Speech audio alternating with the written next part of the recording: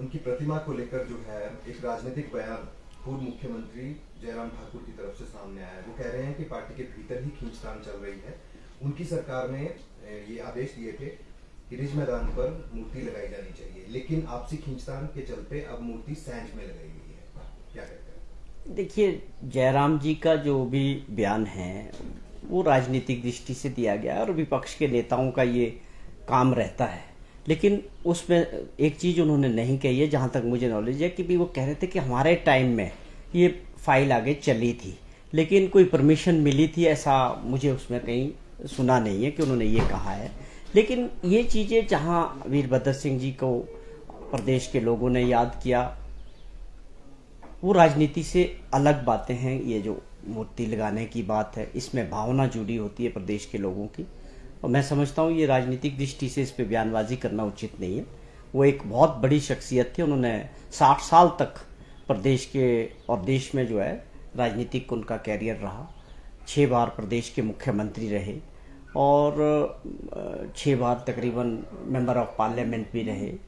उसके अलावा भी एक बहुत बड़ी शख्सियत थी, तो उनकी भरपाई तो हमेशा लोगों को याद रहती है, ऐसे लीडर की जिन्होंने प्रदेश के लिए बहुत बड़ा योगदान दिया। और हम इसको राजनीतिक दृष्टि से नहीं देखते हैं। हमारे डिप्टी चीफ मिनिस्टर साहब ने भी कल इस बात के ऊपर अपना बयान दिया कि इस पर राजनीति नहीं होनी चाहिए, और मूर्ति अभी एक बनी थी वो लगी है, आगे भी और मौका मिलेगा। और ये बिल्कुल भी जिस दृष्टि से इसमें जो है ठाकुर जयराम जी ने बयान दिया, ये बिल्कुल इस दृष्टि से इसको नहीं देखना चाहिए। जयराम जी एक बात और कह रहे हैं कि जो मुख्यमंत्री हैं फिलहाल सुखविंदर सिंह सुक्खू जी, इन्होंने आगे जो है उसके ऊपर काम नहीं किया और उसको वहां पर स्थापित मूर्ति को वहां पर स्थापित करने के लिए आगे जो कार्रवाई करनी चाहिए, मंजूरी जो है उनकी तरफ से नहीं दी गई। इस पर आप क्या कहते हैं?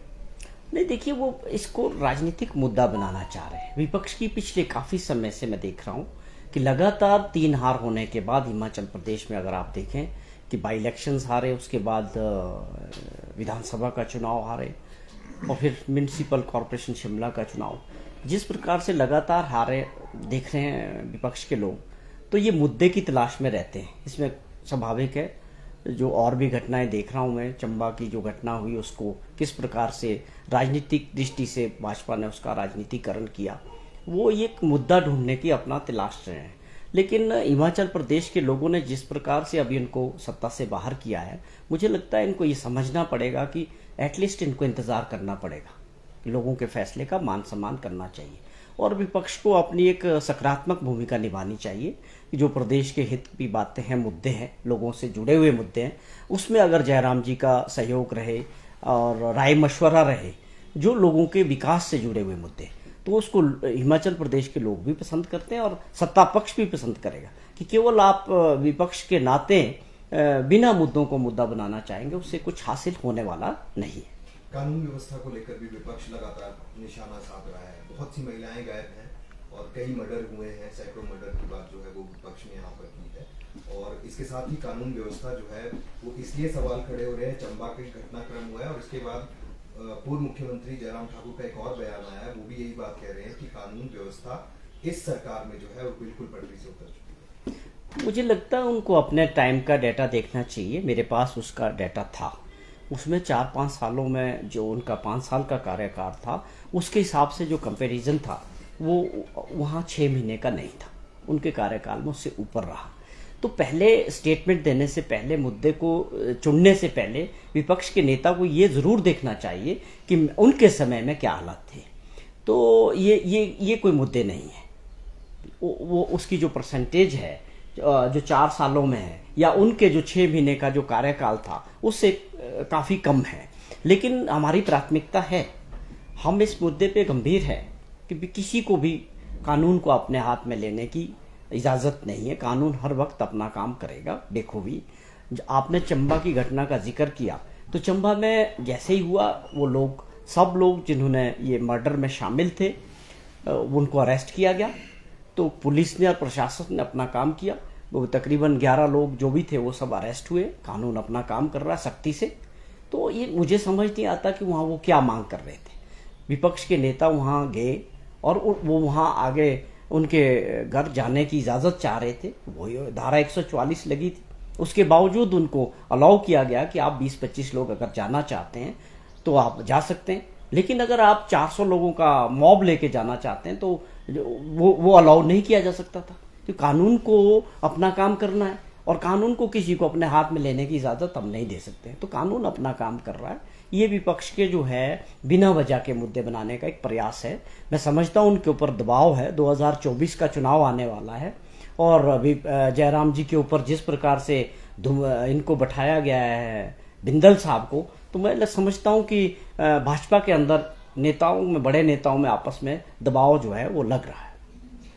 कांग्रेस का छात्र संगठन है एनएसयूआई, ये लगातार मांग कर रहा है कि एचपीयू का अब नाम बदला जाना चाहिए और ये नाम बदलकर अब वीरभद्र सिंह के नाम पर जो है इसका नाम रखा जाना चाहिए। ये मुद्दे चलते रहते हैं, समय के साथ इस पे फैसले होते हैं और ये सरकार को इन चीज़ों को देखना होता है कि आगे क्या होगा।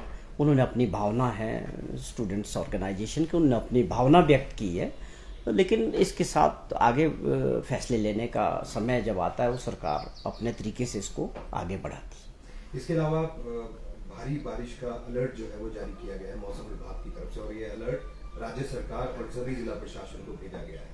जगह जगह जो डैम बने हैं उनके भी खतरे के निशान के ऊपर जाने की संभावना जताई गई है। ऐसे में राज्य सरकार की क्या तैयारी है, सबसे पहला सवाल ये। दूसरा, बीती रात जो भारी बारिश हुई है उससे भी जगह जगह भूस्खलन और गाड़ियों के दबने की खबर है। क्या काम जो है वो राज्य सरकार की तरफ से किस तरह से फौरी राहत या फिर किस तरह से मलबा जो है वो सड़कों से हटाया जाए ताकि जनजीवन जो अस्त व्यस्त हुआ है उसको दोबारा से जो है रिस्टोर किया जाए?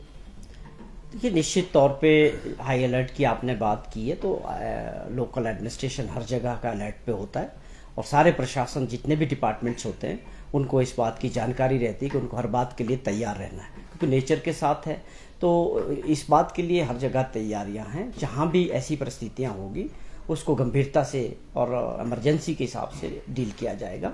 जहां भी नुकसान हुआ है लोगों का, इसके लिए जो भी उनका नुकसान होता है या उसको भरपाई करने के लिए जो मैकेनिज्म है वो काम कर रहा है।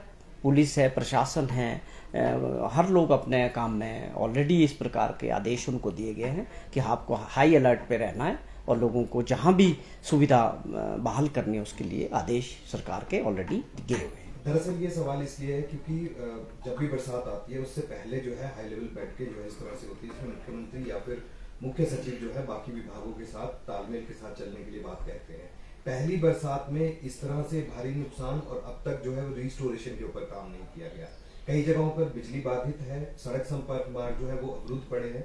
किस तरह से जो है वो काम किया जा रहा है, कब तक बहाल किया? देखिए, नेचर के साथ जो नुकसान होता है वो किसी के हाथ में नहीं है, लेकिन उसको बहाल करने के लिए प्राथमिकता रहती है और सरकार और एडमिनिस्ट्रेशन पूरी तरह से अलर्ट पे है और ये कोशिश रहती है कि कम से कम नुकसान हो और जहां नुकसान हो उसकी भरपाई हो, लोगों को राहत मिलनी चाहिए, ये प्राथमिकता रहती है। अगर सड़कें रुकी हैं तो वो खुलनी चाहिए और लोगों को कहीं एडमिनिस्ट्रेशन से सहायता की जरूरत है उसके लिए अलर्ट होते हैं। तो ये सरकार की जिम्मेवारी रहती है और ये ऑलरेडी इस प्रकार के आदेश जो है सरकार से सभी विभागों को जा चुके हैं कि आप आने वाला जो बरसात है जो अभी शुरू हो चुका है, थोड़ा अर्ली जरूर है, लेकिन इसके लिए हर तरह से हर महकमा, हर विभाग जो है तैयार। आखिरी सवाल, कल जो है वो पटना में महाविपक्षी दलों की एक बैठक जो है वहां पर हुई थी और उसमें कई तरह के निर्णय लिए गए। बहरहाल अब शिमला में अगली बैठक जो है वो 10 से 12 के बीच में संभावित है।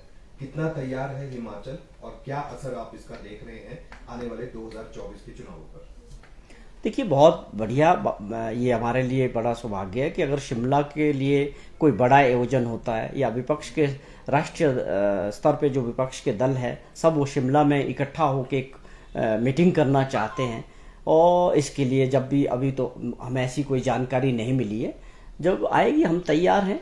और शिमला से पहले भी शिमला का नाता इतिहास में रहा है, शिमला समझौता, बड़ी बड़ी बातें रही है, ये इसके लिए हम तैयार है। अगर उनका, हमारी पार्टी का, पार्टी हाईकमान का या विपक्ष के लोगों का, वो चाहते हैं कि ये मीटिंग शिमला से शुरू हो, तो मुझे लगता है कि इसके पीछे एक और भी सोच है कि जिस प्रकार से हाल ही में भी जो विधानसभा के चुनाव में जिस प्रकार की लोगों ने फैसला शिमला से और हिमाचल प्रदेश से किया, तो वो अपने आप में भाजपा के राष्ट्रीय स्तर के नेता माननीय प्रधानमंत्री जी ने पूरी ताकत लगाई, प्रचार में भी लगाई और इनके सभी राष्ट्रीय नेता जो है हिमाचल प्रदेश में रहे, उसके बावजूद ये रथ यहाँ रुका इनका।